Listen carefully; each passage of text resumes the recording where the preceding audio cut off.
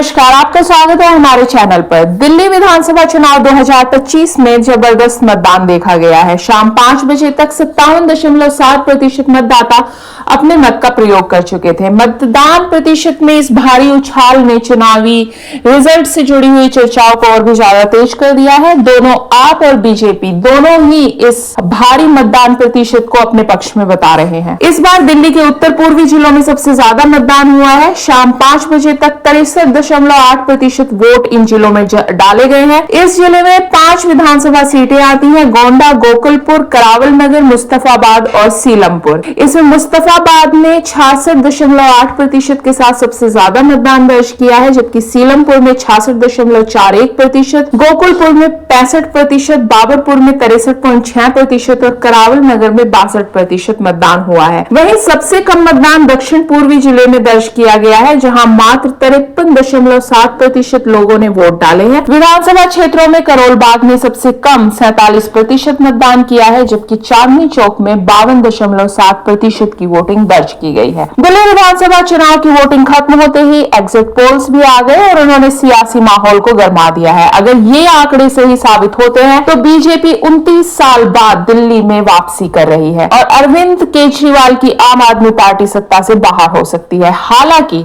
आपके नेताओं को इन नतीजों पर भरोसा नहीं है।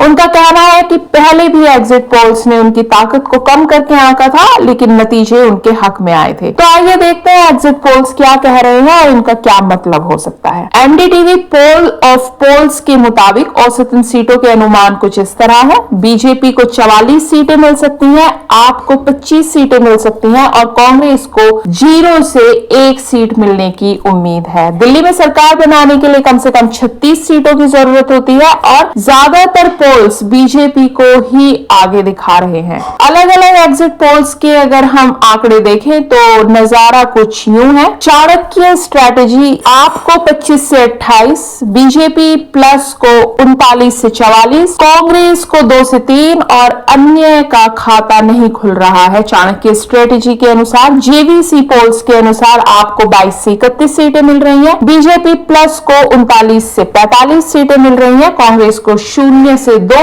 और जबकि अन्य का कोई खाता नहीं खुल रहा। इसी तरह डीवी रिसर्च 26 से 34 सीट आपको दे रही है, 36 से 44 सीट बीजेपी और उसके अलाइंस को मिल रही है, कांग्रेस को 0 है, अन्य को 0 है। मेट्राइज पोल 32 से 37 सीटें वो आपको दे रही है, बीजेपी प्लस को 35 से 40। इस पोल में आप और बीजेपी एक दूसरे को टक्कर दे रहे हैं। कोई साफ मेजॉरिटी ये पोल नहीं दिखा रहा, ना आपकी ना बीजेपी की। पिछले जितने भी पोल्स हैं उन सब ने बीजेपी को एक क्लियर मेजॉरिटी दी है। कांग्रेस को 1 सीट ये इन्होंने दी है और अन्य को 0। पीपल्स इनसाइड 25 से 29 सीट आपको दे रहे हैं, 40 से 44 बीजेपी को क्लियर बहुमत है बीजेपी के लिए, 0 से 2 सीटें कांग्रेस की और अन्य की 0। ऐसे ही पीपल पल्स भी आपकी सीट को बहुत कम पीपल्स पल्स ने कर दिया, ये सिर्फ 10 से 19 सीटें दे रहे हैं आपको। बीजेपी प्लस को 51 से 60 सीटें इन्होंने दी हैं, कांग्रेस को 0 से 1 और अन्य को 0। पी मार्क एग्जिट पोल 21 से 31 सीटें आपको इन्होंने दी हैं, बीजेपी प्लस को 39 से 49 सीटें, कांग्रेस को 0 से 1 सीट और अन्य को 0 सीट इन्होंने दी है। पोल डायरी 18 से 25 सीटें आपको दे रही है, बीजेपी अलाइंस को 42 से 50 सीट क्लियर मेजॉरिटी, कांग्रेस को 0 से 2 सीटें और अन्य को 0। वी प्रिसाइड एग्जिट पोल 46 से 52 सीटें आपको दे रहा है। ये अकेला ऐसा एग्जिट पोल है जिसने आपको क्लियर मेजॉरिटी दी है। बीजेपी अलाइंस को इन्होंने 18 से 23 सीटें दी है और कांग्रेस को 0 से 1 सीट दी है और अन्य को 0। तो अधिकतर एग्जिट पोल बीजेपी को क्लियर बहुमत दे रहे हैं। सब एग्जिट पोल इस चीज पर सहमत है कि कांग्रेस का प्रदर्शन अपने पिछले प्रदर्शन की तरह इस बार भी खराब रहेगा। बीजेपी ने पिछले 28 सालों से दिल्ली में सरकार नहीं बनाई थी, तो ये एग्जिट पोल बीजेपी के लिए खुशियां लेकर आए हैं। इस बार आंकड़े उनके पक्ष में लग रहे हैं। भ्रष्टाचार के आरोपों को लेकर बीजेपी का प्रचार आपके खिलाफ काफी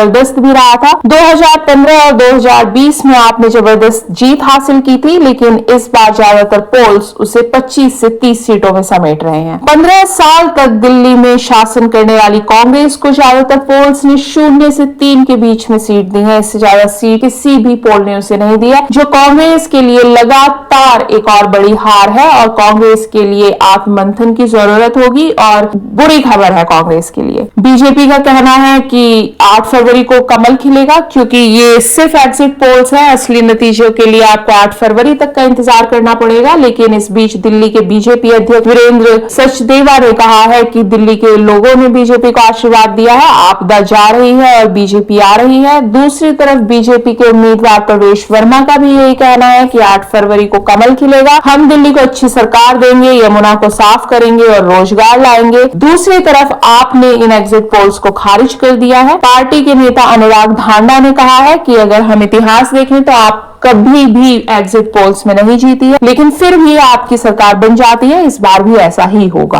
आपके सुशील गुप्ता ने भी यही दावा किया है। उनका कहना है कि उनका चौथा चुनाव है, हर बार एग्जिट पोल्स उनके खिलाफ रहे हैं, लेकिन असली नतीजे आपके हक में ही आते हैं।